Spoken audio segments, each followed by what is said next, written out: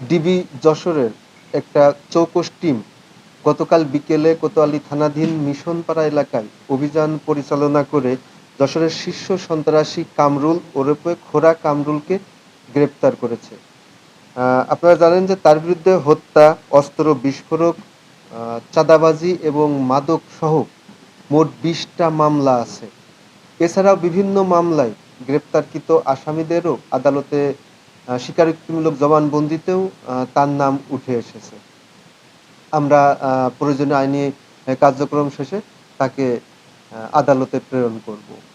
না, এই কোনো অস্ত্র উদ্ধার করা যায়নি, তবে সে পূর্বের অস্ত্র মামলার লিলি আল্ট্রাসফট সিরাম জেল, যা গভীর থেকে স্কিনে দেয় 3 গুণ সিরাম হাইড্রেশন। সিরাম জেল হাইড্রেশনে ব্রাইট থাকো সব সিজনে। আসামি যাদেরকে আমরা গ্রেপ্তার করেছি তাদের আদালতে স্বীকারোক্তিমূলক জবানবন্দিতেও তার নাম উঠে এসেছে।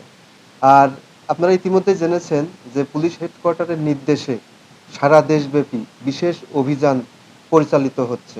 যশোর জেলায় গত ১ মাসে বিশেষ অভিযান পরিচালনা করে নাশকতা সৃষ্টিকারী, অবৈধ অস্ত্রধারী, মাদক, সন্ত্রাসী, চাঁদাবাজের সাথে জড়িত মোট ৩৭২ জনকে গ্রেপ্তার করা হয়েছে।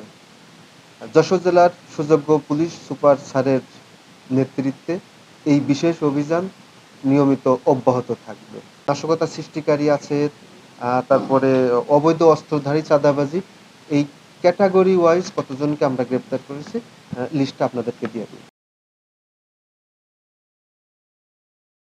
লিলি আল্ট্রাসফট সিরাম জেল, যা গভীর থেকে স্কিনে দেয় 3 গুণ সিরাম হাইড্রেশন। সিরাম জেল হাইড্রেশনে ব্রাইট থাকো সব সিজনে।